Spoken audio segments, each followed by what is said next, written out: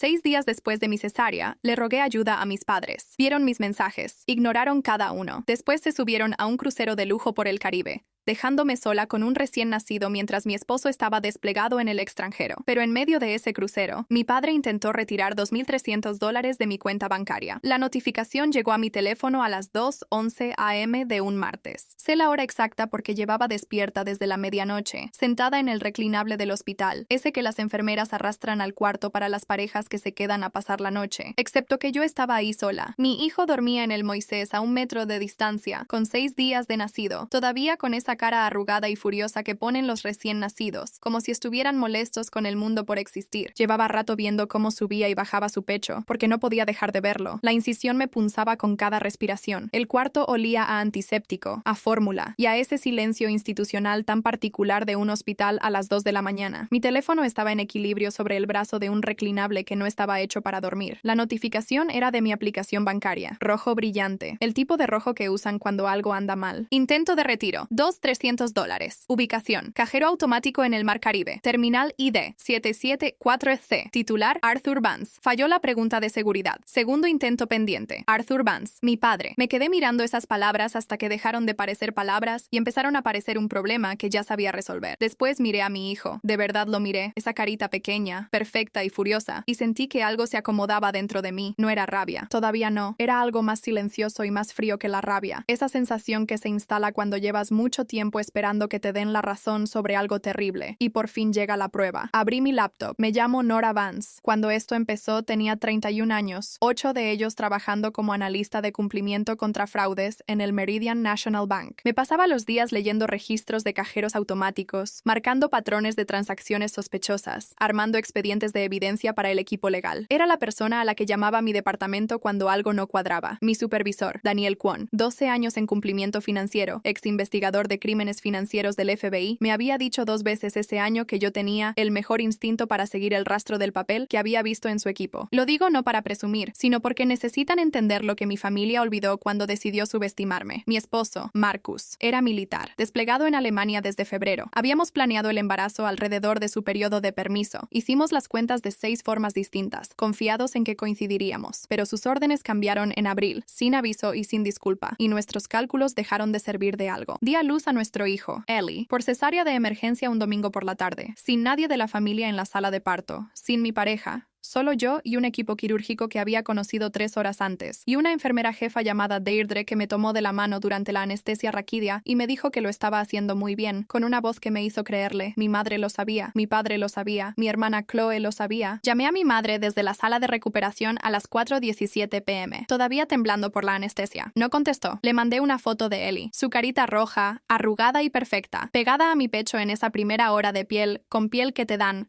si el bebé está sano y tú estás suficientemente estable. Le mandé un mensaje a mi padre. Le mandé un mensaje a Chloe. 3 mensajes separados. Todos entregados. Todos vistos. Esos pequeños visto que da iMessage. Los que hacen imposible confundir el silencio con la ausencia. Vieron la foto. Vieron la cara de Ellie. Vieron mi mensaje pidiéndole a alguien, a cualquiera, que por favor viniera o llamara. Ninguno respondió. A la mañana siguiente, el Instagram de mi madre se actualizó. Una foto bañada de sol en la cubierta de un crucero. Ese azul de agua que parece editado digitalmente, pero no lo es. Mamá con una bata de lino blanca, Chloe a su lado con un vestido amarillo, las 2 con copas de champán, las 2 riéndose de algo fuera de cámara, las mujeres Vance, de vacaciones, el pie de foto, por fin, tiempo en familia, 27 comentarios, 43 likes. Desplacé la pantalla con el dedo desde mi cama de hospital, con la incisión drenando en una gasa y mi hijo dormido sobre mi pecho, y vi a extraños decirles a mi madre y a mi hermana lo hermosas que se veían. Me dije que tenía que haber una explicación, una emergencia familiar que no me habían contado, un malentendido, algo. Me repetí eso durante unos 45 minutos, hasta que noté que Chloe le había dado like a otras 3 publicaciones de amigos esa misma mañana, lo cual significaba que había estado en su teléfono, lo cual significaba que estaba bien, lo cual significaba que el silencio era una decisión. A la mañana siguiente, mi madre por fin escribió una sola frase: ya eres madre, resuélvelo tú. Solo la copa, flotando ahí en la conversación como un pequeño insulto dorado. No le respondí a ninguna de las 2. Me quedé en mi cama de hospital respirando respirando con cuidado por la incisión, pensando en lo que sabía, en lo que podía probar y en lo que iba a hacer al respecto. Llevaba mucho tiempo pensando en lo que podía probar. Firmé sola los papeles de mi alta. Una enfermera llamada Portia había estado de turno 3 de las 4 noches que pasé ahí. Me ayudó a acomodar a Ellie en el asiento del carro y nos llevó en silla de ruedas hasta la banqueta y me preguntó si alguien vendría por mí. Le dije que mi esposo estaba en el extranjero. Asintió de una forma que decía que entendía y que lo sentía, pero que también seguía de turno hasta las 7 y había una mujer en labor de parto en el cuarto 14. Le di las gracias. Manejé sola hasta la casa. Se supone que no debía cargar cosas. Después de una cesárea, la regla es no levantar nada más pesado que el bebé, pero no había nadie para cargar las bolsas y alguien tenía que cargarlas, así que lo hice en 3 viajes, despacio y con cuidado, respirando por el peso. Mi vecina, la señora Okafor, me vio en el tercer viaje y salió sin que se lo pidiera. Tenía 73 años, mala rodilla, y aún así cruzó esa entrada más rápido de lo que mi madre se había movido hacia un teléfono en 6 días. Me quitó la bolsa de la mano derecha, me acompañó adentro, la dejó en el pasillo, miró la casa con un solo vistazo evaluador y dijo: ¿Tienes sopa? Te traigo sopa. No lo hizo pregunta. Volvió una hora después con una olla de egusi y se quedó lo suficiente para asegurarse de que comiera. Pensé mucho en eso. En una mujer de 73 años, con mala rodilla, que no me debía nada, moviéndose más rápido que toda mi familia. En los días que siguieron. Lo pensé cuando el aislamiento se sentía pesado. Lo pensé en las noches que se alargaban y Ellie no se calmaba. Y la incisión me dolía, y estaba sola de una forma que no le puedo explicar a alguien que nunca ha estado sola así. Me dije que procesaría el enojo después. Tenía un recién nacido, una herida sanando y un esposo a 8 usos horarios de distancia. La rabia podía esperar. Esperó 6 días. Después llegó la notificación bancaria a las 2:11 a.m. y dejé de esperar. Esto es lo que necesitan entender sobre mi familia y sobre mí. Soy la hija mayor. Chloe es 4 años menor. Creciendo, el relato familiar era simple y claro. Nora es la responsable. Chloe es la creativa. Las hijas responsables se hacen cargo. Las hijas creativas necesitan que las cuiden. Las hijas responsables no arman escándalo cuando su fondo universitario se redirige en silencio hacia los materiales de arte de Chloe, su primer carro, su año sabático en Portugal, que mis padres llamaban una inversión en su desarrollo. Las hijas responsables no hacen demasiadas preguntas sobre las finanzas familiares, porque preguntar es lo mismo que no ser parte del equipo, y esta familia es un equipo. Fui una excelente jugadora de equipo durante mucho tiempo. A los 23 años descubrí que Chloe había abierto 3 tarjetas de crédito a mi nombre. Me enteré porque una agencia de cobranza llamó a mi celular por un saldo de $4,800 que no reconocía. Estaba sentada en mi carro afuera de un supermercado cuando llegó la llamada. Recuerdo exactamente dónde estaba porque me quedé ahí sentada 40 minutos después, sin más. Confronté a mis padres ese fin de semana. Mi padre me dijo que estaba siendo dramática. Mi madre lloró y dijo que Chloe estaba pasando por un momento difícil, que las familias se ayudan entre sí y que yo siempre había tenido tan buen crédito, que no era como si lo fuera a necesitar en ese momento. Tenía 23 años y amaba a mi familia, y todavía no sabía con qué estaba lidiando, así que cerré las cuentas, disputé los saldos, pasé 18 meses reparando mi historial crediticio y me dije que había sido cosa de una sola vez. No fue cosa de una sola vez. Mi abuela, Edna Vance, murió cuando yo tenía 26 años. Tenía una casa en Galveston, 4 recámaras, esquina, a 2 cuadras del malecón. Nada elaborado, pero sólida y sin deudas. La dejó en fideicomiso. El fideicomiso familiar Vance. Su abogado, un hombre llamado Gerald Whitmore, socio de Whitmore Nash, me dijo en el funeral que yo era beneficiaria designada, que habría un proceso, que no me preocupara. Mis padres me dijeron, unos 6 meses después, que la casa se había vendido para pagar deudas de la sucesión. Tenían papeles, una enmienda a los documentos del fideicomiso, sellada y notariada. Estaban visiblemente conmovidos al contarlo. Mi padre negaba con la cabeza y hablaba de honorarios de abogados y de un mal mercado. Mi madre me palmeó la mano. Estas cosas pasan, dijeron. Al menos las deudas quedaron saldadas. Les creí. Estaba de luto por mi abuela y les creí. Esto es lo que pasa cuando entrenas tu cerebro para detectar patrones de fraude todos los días de trabajo durante 8 años. Con el tiempo dejas de poder apagarlo en casa. Empiezas a notar cosas. No porque seas desconfiada por naturaleza. Yo genuinamente no lo era. O no lo había sido, sino porque cierto tipo de detalle deja de pasarte desapercibido como antes. En el 5º mes de mi embarazo, llegó un aviso de impuestos a mi buzón, dirigido al fideicomiso familiar Vance, reenviado a mi dirección actual porque yo figuraba como beneficiaria registrada en el sistema del condado. El aviso era por la propiedad de Galveston, año fiscal actual, valor tasado, $328,000. Una propiedad que supuestamente se había vendido, de un fideicomiso que supuestamente estaba cerrado. Me quedé mirando ese aviso mucho rato. Después llamé al Distrito de Tasación del Condado de Galveston. La propiedad estaba en los registros. Tasación vigente. Sin venta registrada. Busqué en los registros de escrituras del condado. La propiedad nunca se había transferido. Seguía a nombre del fideicomiso familiar Vance, activo, conmigo como beneficiaria registrada. Llamé a mi madre. Mantuve la voz completamente neutra. La voz que uso cuando marco algo sospechoso en el trabajo. La que no delata nada. Le conté del aviso. Seguramente es un error administrativo, ¿verdad? Solo estaba confirmando. Me dijo que estaba estresada por el embarazo, que los errores administrativos pasan todo el tiempo y que debería descansar más y no buscarme problemas. Le di las gracias. Colgué. Me quedé sentada en mi mesa de la cocina como 20 minutos. Después abrí mi laptop y empecé a armar la carpeta. Contraté a una abogada especializada en sucesiones. Se llamaba Claire Benton, JD de la Universidad de Texas. Certificada en Planificación Patrimonial y Derecho Sucesorio, 12 años especializada en litigios de fideicomisos. La encontré a través del servicio de referencias del Colegio de Abogados del Estado, después de leer sus reseñas en 3 directorios distintos. Pedí copias certificadas de los documentos originales del fideicomiso, de las enmiendas que mis padres me habían mostrado, y de cada registro de escritura asociado a la propiedad de Galveston desde la muerte de mi abuela. No le dije nada a mis padres. Dejé que pensaran que había aceptado la historia del error administrativo. Fui a baby showers, respondí sus mensajes, hablé con mi madre sobre nombres para el bebé y no dije nada. Y esperé. Una analista de cumplimiento sabe esperar. La noche de la notificación del cajero, trabajé hasta el amanecer. Ellie dormía en su Moisés. Me senté en el reclinable con la laptop apoyada en una almohada y entré al portal seguro de mi banco. Mi propia cuenta, mi propio historial de transacciones, nada a lo que no tuviera derecho a acceder. El intento de retiro había usado el número de mi tarjeta de débito, no la tarjeta física, un número guardado, del tipo que tendrías si alguien la hubiera fotografiado o escaneado en algún momento. Chloe me había pedido prestada la cartera para copiar el número de la tarjeta de puntos del supermercado en 2022. En su momento no le di importancia. Ahora sí se la estaba dando. El terminal del cajero se rastreó hasta un crucero atracado en Nassau, Bahamas. Hora, 11:47 p.m., hora del barco. La pregunta de seguridad había fallado en el primer intento. Había una ventana de 30 minutos pendiente para un segundo intento. Tenía aproximadamente 19 minutos. Inicié un congelamiento total de la cuenta, sin retiros, sin transferencias,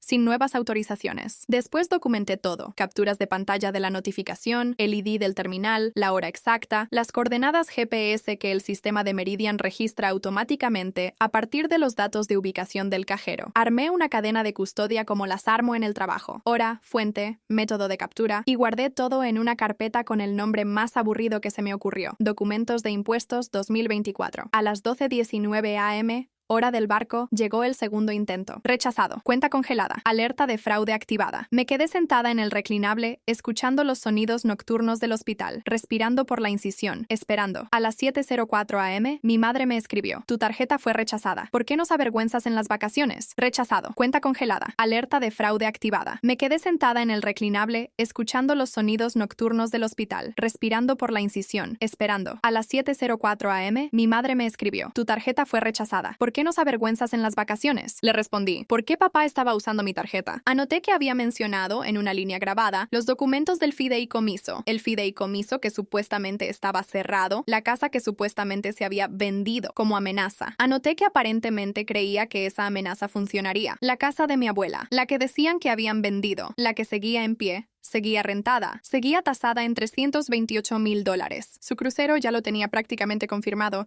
Estaba pagado con la renta robada de la herencia de mi abuela. Abrí mi correo, escribí 3 mensajes. Uno a Claire Benton, con toda la carpeta adjunta: el aviso de impuestos, los registros de escrituras, los documentos del fideicomiso, los registros del cajero, la transcripción del mensaje de voz, los estados de cuenta de las tarjetas de crédito de 2016 abiertas a mi nombre, y los correos que había guardado de 2019 y 2021, en los que Chloe había enviado mi número de seguro social y formularios de autorización en blanco firmados a una dirección que no reconocía. Papeleo familiar, me había dicho en su momento. Yo nunca firmé esos formularios. No supe de su existencia hasta que los encontré copiados en una cuenta de correo familiar compartida a la que ella había accedido sin mi conocimiento. Uno al equipo interno de investigación de fraudes de Meridian, mi propio empleador, reportando formalmente el acceso no autorizado a mi cuenta y el robo de identidad, con todo el expediente adjunto. Uno al departamento de fideicomisos de Meridian, marcando el fideicomiso familiar Vance por posible fraude patrimonial y solicitando un congelamiento mientras se investigaba. Envié los 3 a las 8:47 a.m. Después me obligué a comer algo. Ellie despertó y le di de comer. La señora Okafor tocó la puerta al mediodía y dejó sopa en el porche. Vi un documental sobre elefantes con el volumen bajo, con mi hijo contra mi pecho, y dejé que la maquinaria que había puesto en marcha hiciera su trabajo. Esa noche,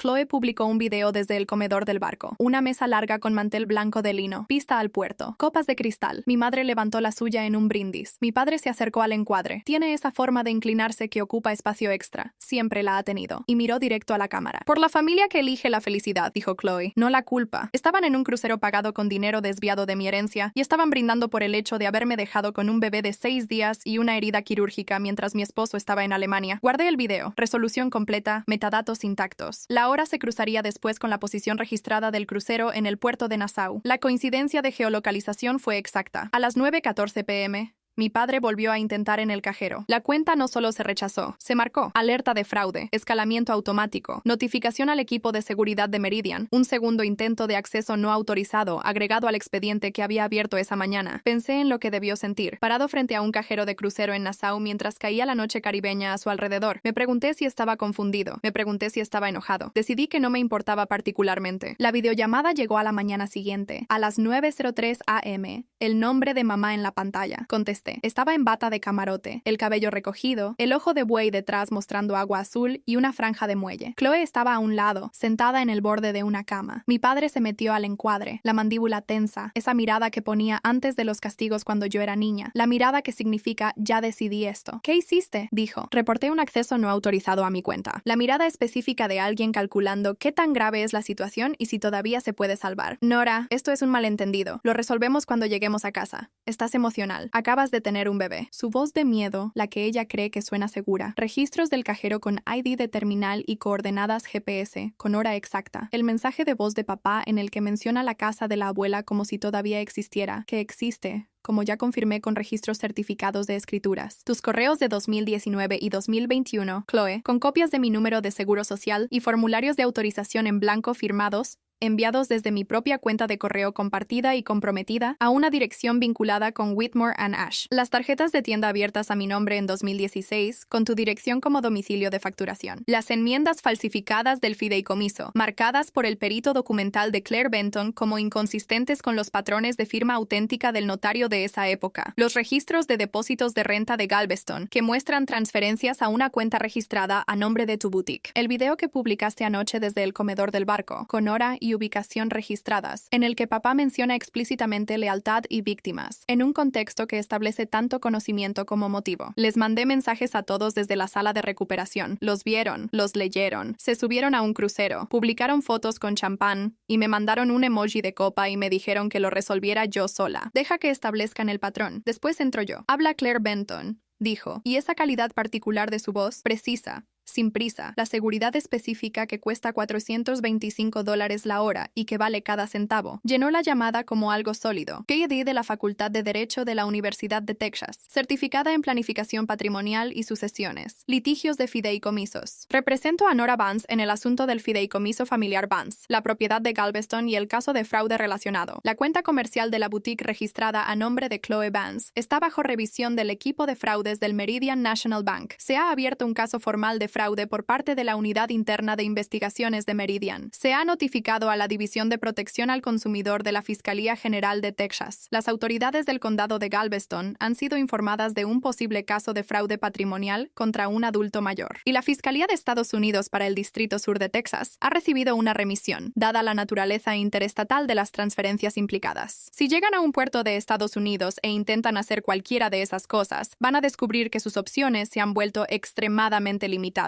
Eso es todo. Me levanté despacio, con cuidado de la incisión. Siempre con cuidado. Lo cargué y volví a acomodarme en el reclinable con él contra mi pecho, su cabecita bajo mi barbilla, ese olor a bebé nuevo en su cabello. Oye, le dije en voz baja. Está bien, ya me encargué. Detective Aaron Harlan, Unidad de Crímenes Financieros de Texas. Recibí esta mañana una remisión del equipo de fraudes de Meridian y de la oficina de la señora Benton. Necesito que venga a declarar. ¿Qué tanto sabe realmente sobre la herencia de su abuela? Creo que le va a responder algunas preguntas y le va a generar otras. Su colega ya estaba sentada cuando llegué. La analista forense senior Patricia Voss, contadora pública certificada, maestría en ciencias forenses financieras por la Universidad Estatal Sam Houston, 8 años de experiencia en investigación de crímenes financieros. Tenía una caja de archivos sobre la mesa y un bloc de notas cubierto de una letra que no podía leer desde donde estaba. No se anduvieron con rodeos. La herencia de Edna Vance, explicó el detective Harlan, había sido manejada por Whitmore and Ash, Gerald Whitmore, el socio fundador, había sido inhabilitado como abogado en 2019, en circunstancias que el Colegio de Abogados del Estado describió únicamente como conducta relacionada con fondos de clientes. Su despacho se disolvió poco después. Actualmente cooperaba con investigadores federales en un caso distinto. Cuando la señora Benton presentó la alerta de fraude esta semana, dijo el detective Harlan, se conectó con un expediente que ya estaba abierto y un fideicomiso de remanente caritativo destinado a la Sociedad de Preservación Histórica de Galveston. $180,000, dijo Patricia Voss, apartados de los activos líquidos de su abuela al momento de su muerte, para mantenerse en depósito de garantía por Whitmore and Ash, mientras se hacían los trámites correspondientes ante el Registro Estatal de Organizaciones Benéficas. Dejó que la información asentara. Los trámites nunca se hicieron. El dinero nunca se transfirió. Sus padres no solo la defraudaron a usted, dijo el detective Harlan. Participaron en un esquema para defraudar a un beneficiario caritativo establecido por su abuela ya fallecida, trabajando con un abogado inhabilitado, durante aproximadamente 6 años, que había estado en la junta directiva de la Sociedad de Preservación Histórica de Galveston durante 11 años, que me había dicho una vez, en el último año de su vida, que quería que la casa hiciera algo bueno en el mundo después de que ella se fuera. Lo había intentado, hizo los arreglos necesarios, confió en las personas correctas, y las personas equivocadas se atravesaron en el camino. Abuela, pensé, lo siento mucho, voy a arreglarlo. Acusaciones federales,